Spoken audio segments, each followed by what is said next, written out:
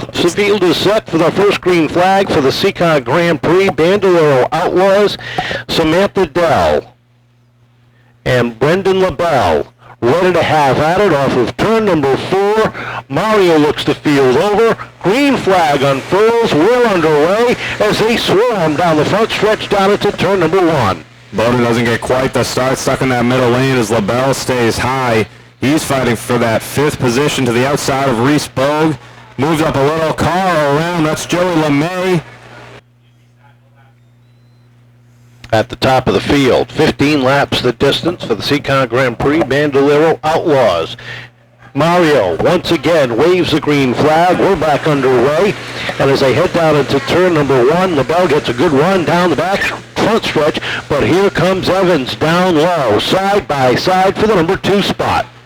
Battling down into turns 3 and 4. They both close on Samantha Dell. Evans right on the rear bumper, and Dell goes around right across the stripe.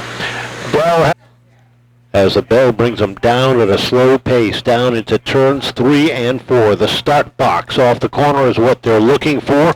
Mario looks them over. They wind it up off the corner. There's a green flag. One more time. The bell gets a good jump. He's got Bogue chasing him down into turn number 1. Yeah, rather familiar scene with the 2 4s battling it out here in the Bandoleros. Reese Bogue in 2nd, chasing Brendan LaBelle. Chaber sits in that 3rd spot, and Joey LeMay in 4th. All paired up. Reese Bogue down through turn number 1, back up to the lead. Familiar feeling for the smiling one as he heads into the top of the field out into turns 3 and 4.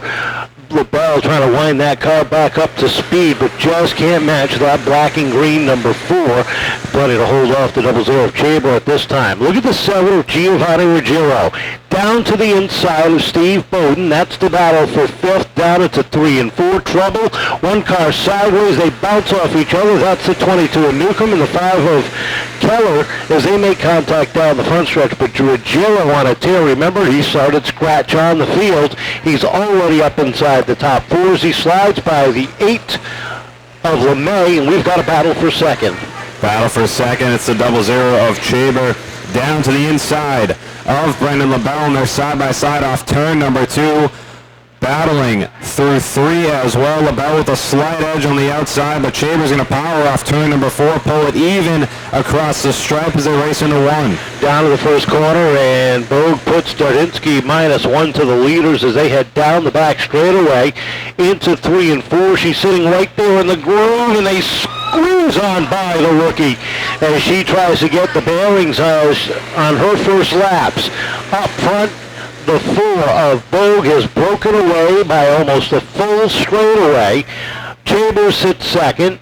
LaBelle has his hands full. Ruggiero slides in down on the inside, takes that 3rd spot away. Yeah, you knew even starting at 7th on the field, you knew Reese Bogue would contend for a win here. Trouble off of turn number 2. 3 cars get together.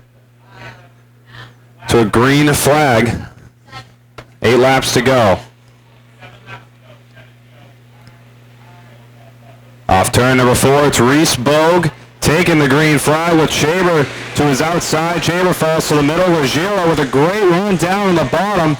He's going to take that 2nd position away as they race down the back. It's Bogue, Ruggiero, and Chaber into 3. Down into 3 and 4 they go, and Bogue pulling away as Ruggiero and Chaber trade a little paint down into turn number 1.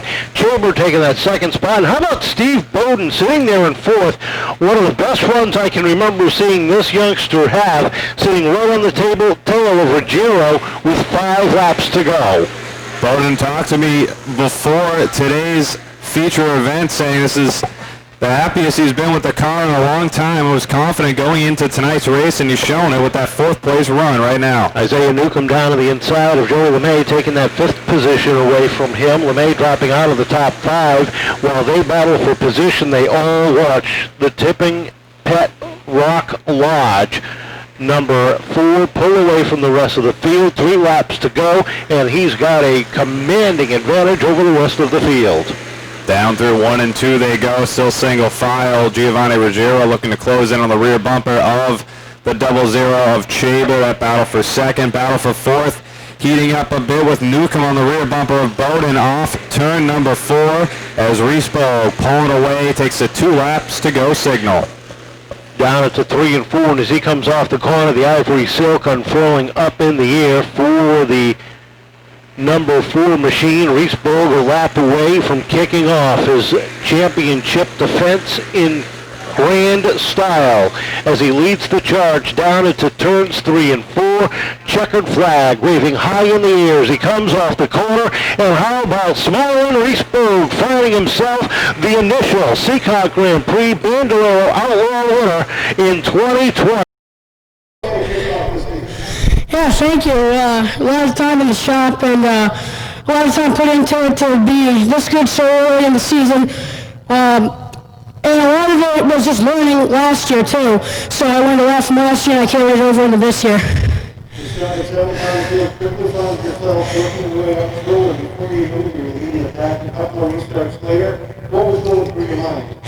Well, that was pretty crazy. First off, we had like those 3 cautions, then we had a red flag. And I was like, what did we get the red flag for? And I saw the image, I'm like, oh no, that's not good. But after that, it was just get a groove on and keep on going, and that's what I did. Oh yeah. Really good. I would like to thank all my supporters, Tipping Rock Pet Lodge, Can't Touch the Snot in Illinois, Critical Screen Printing and Embroidery, CriticalSigns.com, and AJC Dumpsters.